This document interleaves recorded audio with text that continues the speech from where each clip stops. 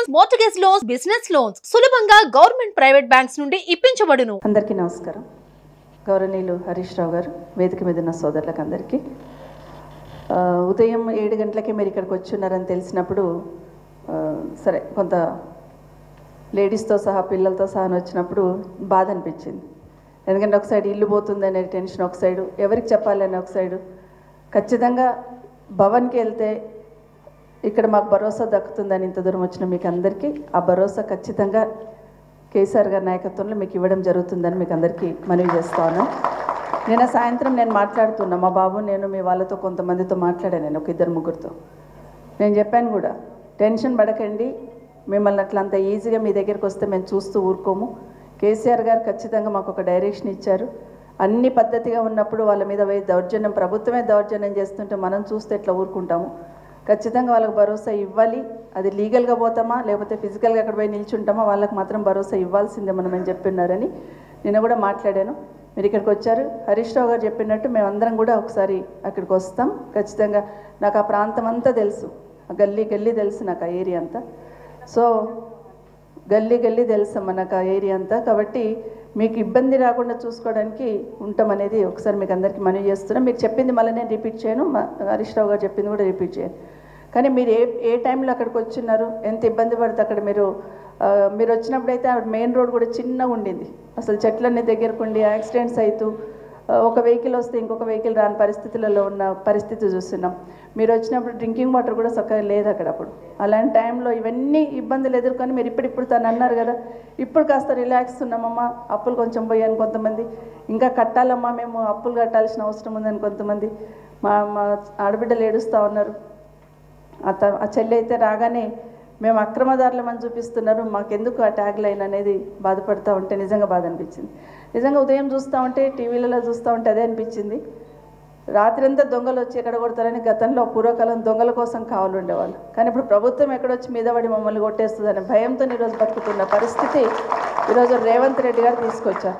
కేసీఆర్ అంటే ఒక భరోసా, కేసీఆర్ పాలన ఒక భరోసాగా ఉన్నామంటే ఈరోజు ఈయన వచ్చిన 9 నెలలు ఒక రకమైన రాక్షసానందం పొందుతున్నాడేమో అనిపిస్తుంది. మీరందరూ ఏడుస్తుంటే బాధపడుతుంటే దాంట్లో ఆనందాన్ని పొందుతున్నాడేమో.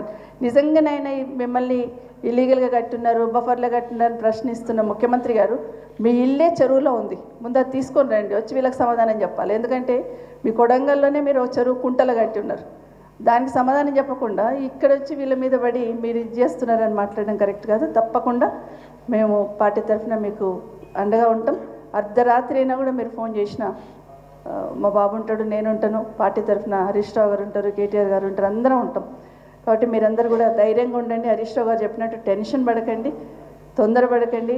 ఆరోగ్యాలు ఇది కాకుండా ఖచ్చితంగా లీగల్గా ఫైట్ చేస్తాం, ఫిజికల్ కూడా అక్కడ వచ్చి మీకు నిలిచిన ప్రయత్నం చేస్తాం. బుల్డోజర్ వచ్చింది ఏదైనా వచ్చిందంటే ఆ బుల్డోజర్ కన్నా ముందు మేమే ముందు వచ్చి నిల్చుంటాం, టెన్షన్ పడకండి అని కూడా మీకు అందరికీ మరొకసారి తెలియజేసుకుంటూ, లీగల్గా కూడా మా అడ్వకేట్స్ మా సోదరులు సోదరిమణి కూడా ఉన్నారు, వాళ్ళు కూడా మీకు నంబర్స్ ఇస్తారు. మా నంబర్ అయితే చాలామంది దగ్గర ఉంది, అక్కడ ఆ ఏరియాలో చాలామంది దగ్గర ఉంటుంది.